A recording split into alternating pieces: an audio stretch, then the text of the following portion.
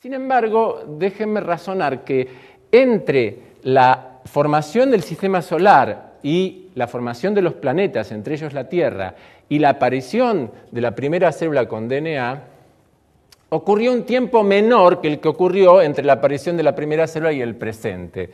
Eso quiere decir que la mayor parte de la existencia de nuestro planeta fue con vida, porque el período estéril fue más corto que el período que no es estéril.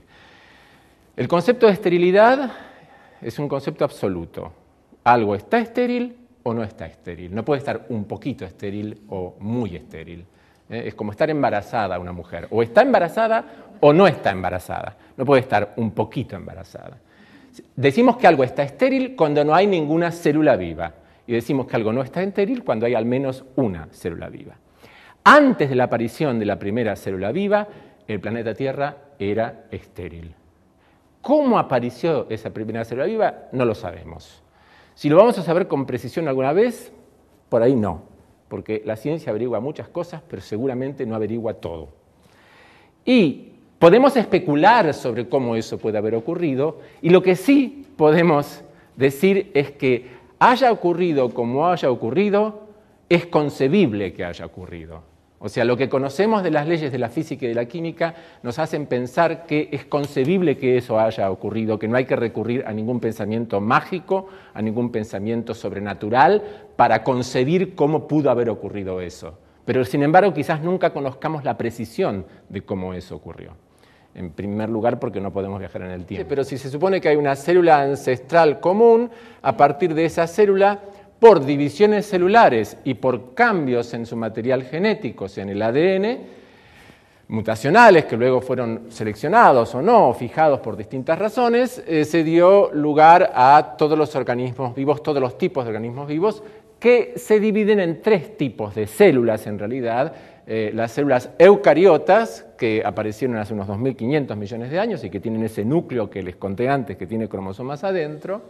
Y después dos grupos de procariotas que incluyen a las bacterias propiamente dichas, o las eubacterias, y a los llamados arqueones o arqueas, que son un grupo de organismos unicelulares que antes se consideraban que eran bacterias, pero que en realidad tienen características parecidas a las bacterias y también parecidas, sobre todo a nivel molecular, a los eucariotas. Bueno, básicamente nosotros somos eucariotas, somos tan eucariotas como el maíz, como la levadura, como el paramecio, como la giardia, como el tripanosoma, somos bien eucariotas. El material genético de todas las células es ADN, no existen células en el presente que tengan material genético que no sea ADN. Los virus pueden tener ARN, pero no son células. Y esta es la estructura tridimensional de la molécula de ADN, es un modelo, esto que está aquí es una especie de fotografía de un modelo tridimensional hecho en plástico o en madera. No voy a repasar la estructura del ADN, simplemente voy a recordarles que es una doble hélice y que en su interior se encuentran las bases nitrogenadas o bases o letras químicas que se ordenan en una cierta secuencia y que esa secuencia constituye un texto y que ese texto está formado por un alfabeto de 4 letras nada más, que son la A, la T, la C y la G, la A por adenina, la T por timina, la C por citosina y la G por guanina. Y que ese texto que contiene el ADN lo llamamos información genética. Y acá sí tenemos que romper una idea previa que está muy arraigada, sobre todo en los medios de difusión masiva, que es que a ese texto muchos lo llaman el código genético. Y está mal. No es el código genético, es la información genética. Eso es por una mala traducción del inglés. Porque entonces dicen, los diarios dicen, sí, se descubrió el código genético de los enfermos de Parkinson. No. El código genético, que es otra cosa, es universal para los enfermos de Parkinson, para los sanos de Parkinson, para las bacterias, para los hongos, para las algas, para todos los seres vivos. Eso es otra cosa. Entonces, a la secuencia de bases del ADN la llamamos información genética. Luego veremos qué es el código genético y no la llamamos código genético. ¿Sigo? Bien. Esto sí es una fotografía tomada con un microscopio electrónico de barrido de 2 cromosomas humanos. Este es el cromosoma X, este es el cromosoma Y o Y. no me gusta llamarlo cromosoma Y, porque I en castellano puede ser la I latina, y el alumno va a poner una I. Entonces preferimos llamarlo cromosoma Y o Y, que es el nombre de la letra Y. En Uruguay, ¿cómo le dicen? Igual. Le dicen Y, pero no dicen I. Y. Bien. En Centroamérica se dice Y, a esta letra. Cromosoma Y dicen. En Chile dicen YPF, en vez de IPF. Bien, volviendo a esto. Cada cromosoma tiene dos filamentos que llaman cromátidas, ahí ven las dos cromátidas del cromosoma X. El cromosoma Y en los mamíferos determina el sexo masculino. Si está presente, el embrión va a desarrollar a sexo masculino. Y eso es porque tiene un gen, que ya veremos qué es un gen, que determina el sexo masculino. Si nosotros le sacamos ese gen al cromosoma Y y se lo ponemos a otro cromosoma, podemos tener un animal de sexo masculino que no tenga cromosoma Y, porque es ese gen que tiene ese cromosoma el que determina que el embrión desarrolle en sexo masculino. De hecho, ya se ha hecho eso. Bueno, esta es importante porque me indica un poco el tema de los tamaños. Dentro del núcleo de la célula están los cromosomas. Esto es un dibujo de un cromosoma humano, por ejemplo, puede ser el parecido al X, que tiene un ancho de 1400 nanómetros. No importa tanto el tamaño absoluto, sino el tamaño relativo con lo que voy a contar.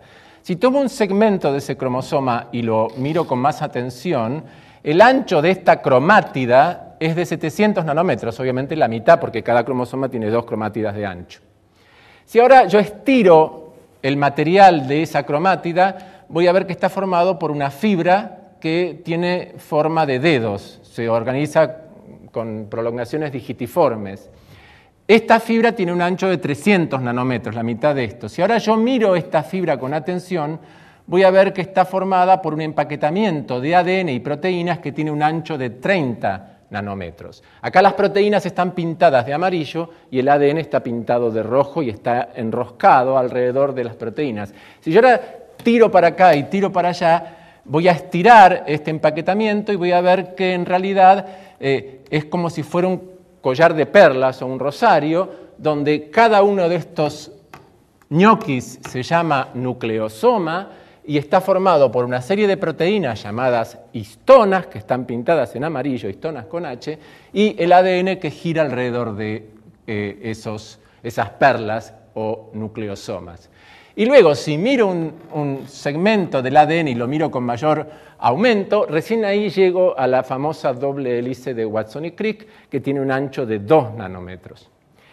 ¿Por qué muestro esto? Porque cuando uno mira cromosomas al microscopio, lo que está viendo es algo que es 700 veces más ancho que el ancho de la molécula química que lleva la información genética.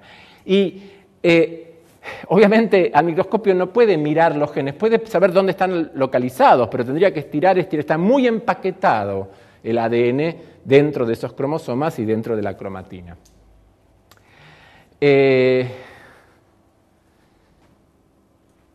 Esto es otra ilustración de la estructura del ADN, donde se pone de relieve, y yo lo tengo que utilizar después, el famoso apareamiento de bases entre la secuencia de bases de una hebra y la secuencia de bases de la otra. Y eso sigue, como ustedes saben, las reglas que fueron descubiertas en 1953 por Watson y Crick, que es que solo frente a adenina se enfrenta timina y solo frente a citosina se enfrenta guanina, por uniones débiles que pueden romperse, pueden abrirse.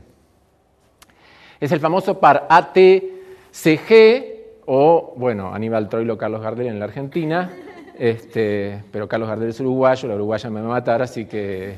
o es francés, no se sabe. Lo que los uruguayos están contentos es que Gardel no sea argentino. Aceptan que sea uruguayo o aceptan que sea francés. No aceptan que sea argentino. Está bien. Bueno, entonces ese apareamiento de bases se llama apareamiento de Watson y Crick y es bastante estricto. Y voy a retomarlo en la síntesis proteica porque necesito romper la idea de necesidad y eso lo vamos a desarrollar un poquito después.